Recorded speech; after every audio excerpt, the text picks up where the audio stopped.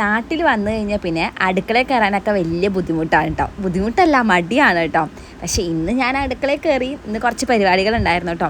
ഇന്നത്തെ നമ്മുടെ ബ്രേക്ക്ഫാസ്റ്റ് ചപ്പാത്തിയും സാമ്പാറുമായിരുന്നു. അതൊക്കെ കഴിച്ചിട്ട് നേരെ നമ്മൾ കുത്താമ്പള്ളി ഗവൺമെൻറ് ആശുപത്രിയിൽ പോയിട്ടോ.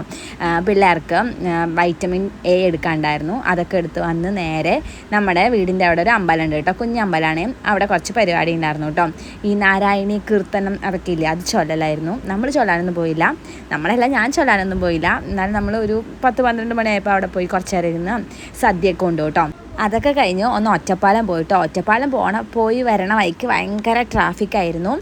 നമുക്കിപ്പോൾ ഒറ്റപ്പാലം പോകാൻ ഈസിയാണ് കേട്ടോ. അതുകൊണ്ട് എപ്പോൾ ആണെങ്കിലും നമുക്ക് ഒറ്റപ്പാലം പോരും. ഒരു 10 മിനിറ്റ് കൂടെ ഒറ്റപ്പാലം എത്തും കേട്ടോ. തിരിച്ച് വരണ വഴിക്ക് ഭയങ്കര ട്രാഫിക്കായിരുന്നു. എനിക്ക് ആദ്യമൊക്കെ ആണെങ്കിൽ ഈ ഒറ്റപ്പാലം സൈഡ് പോകുമ്പോൾ ഭയങ്കര പേടിയാണ്. ഈ ട്രാഫിക് ഉണ്ടെങ്കിൽ എൻ്റെ വണ്ടി ഓഫായി പോകാറുണ്ട് കേട്ടോ.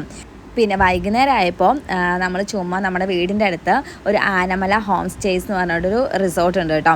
അവിടെ പോയി. അവിടെ ആണെങ്കിൽ പിള്ളേർക്ക് കളിക്കാൻ ഒത്തിരി സംഭവങ്ങളുണ്ട് കേട്ടോ. കുട്ടികൾക്കൊക്കെ എന്തായാലും ഇഷ്ടപ്പെടും. നമുക്ക് സ്റ്റേ ചെയ്യണമെങ്കിൽ അവിടെ സ്റ്റേ ചെയ്യാം. നല്ല രസമുള്ള സ്ഥലമാണ് കേട്ടോ. സ്വിമ്മിംഗ് പൂള് അങ്ങനെ കുറേ സംഭവങ്ങളുണ്ട്. എന്തായാലും ഇവിടെ വന്നു കഴിഞ്ഞാൽ പിള്ളേർ എന്തായാലും നന്നായിട്ട് എൻജോയ് ചെയ്യും കേട്ടോ. പിള്ളേർക്ക് കളിക്കാൻ വേണ്ടി ഒത്തിരി സംഭവങ്ങളുണ്ട് കേട്ടോ. പിന്നെ അതൊക്കെ കഴിഞ്ഞ് രാത്രി ആയപ്പോഴാണ് നമ്മൾ ഒരു 7:45 ആയപ്പോഴാണ് നൈഗുവിൻ്റെ തല മുട്ടയടിക്കാൻ വേണ്ടി പോയത് കേട്ടോ. ഇന്നലെ ഞാൻ പോയി. പക്ഷേ എനിക്ക് ചൊവ്വാഴ്ച ബാർബർ ഷോപ്പ് ലീവാണെന്ന് എനിക്കറിയില്ലായിരുന്നു. അതുകൊണ്ട് ഇന്ന് പോയിട്ടോ. അവളുടെ തലമുടി ആകെ 2 വട്ടം മുട്ടയടിച്ചിട്ടുള്ളൂ. അപ്പോൾ ഞാൻ 3 വട്ടം അടിക്കണം എന്നുണ്ട്. അതുകൊണ്ട് ഞാനിന്ന് മുട്ടയടിച്ചു കേട്ടോ. ഞാൻ നിർബന്ധിച്ച് മുട്ടയടിപ്പിച്ചോന്നല്ല കേട്ടോ. അവൾക്ക് നല്ല ഇഷ്ടമാണ്. അവൾ മുടി വെട്ടണമെന്ന് പറഞ്ഞു. നല്ല രസമുണ്ട് കേട്ടോ മുടി കിട്ടിയപ്പോൾ. എനിക്ക് ഇഷ്ടപ്പെട്ടു. അപ്പോൾ ശരി, ടാറ്റ, ബൈ ബൈ.